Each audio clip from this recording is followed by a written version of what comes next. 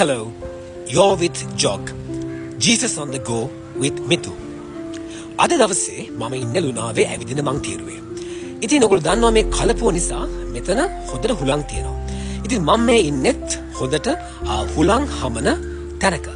ඉතින් මට මතක් වුණා ශුද්ධවර යොහාන් තුමාගේ සුභාරංචියේ 3 වෙනි පරිච්ඡේදයේ 8 වෙනි පදය. මෙතන යේසුස් වහන්සේ නිකදේමුස්ට කියනවා සුළඟ සිතු තැන්වලට හමයි. ඒ ශබ්දය ඔබට ඇසේ. නමුත් එය කොතනින් එන්නේද කියාවත් කොතනට යන්නේද කියාවත් කවුරුත් නොදනී. ආත්මයන් වහන්සේගෙන් උපත ලැබූ අයත් එසේමයි කියලා. ඉතින් ඔයගොල්ලෝ මේ කතාව දන්නවා. නිකදේමුස්ට යේසුස් වහන්සේ කියනවා යමෙක් නැවත නූපන්නොත් ඔහුට දේව රාජ්‍යයට ඇතුළු වෙන්න බෑ කියලා. ඉතින් නිකදේමුස්ට මේක තේරෙන්නේ නැහැ. ඉතින් යේසුස් වහන්සේ නිකදේමුස්ට මේක තේරුම් කරලා දෙන අතරේ තමයි මේ කාරණේ කියන්නේ. එතකොට මෙතනදී උන්වහන්සේ කියන්නේ ශුද්ධාත්මයන් වහන්සේගේ ක්‍රියාකාරීත්වය කිසි මිනිසෙකුට පාලනය කරන්න බැහැ කියලා.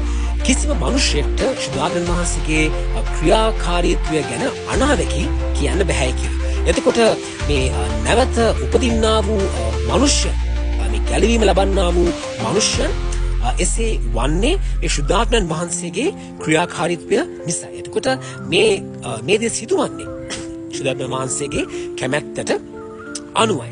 එතකොට අද දවසේදී ඔබත් මමත් ආත්මයන් වහන්සේගෙන් ඉපදිලා ගැලවීම ලබලා සදාකාල ජීවනයට උරුමකම් කියලා තිබෙන්නේ මේ ශුද්ධාත්මයන් වහන්සේගේ ක්‍රියාකාරීත්වය නිසායි. එතකොට අද මම ඔබට කියනවා ඔබත් මමත් මේ හුළඟ වගේ වෙන්න ඕනේ කියලා. දැන් මේ හුළඟ කියන දේ මනුෂ්‍යයන්ට පේන්නේ නැහැ.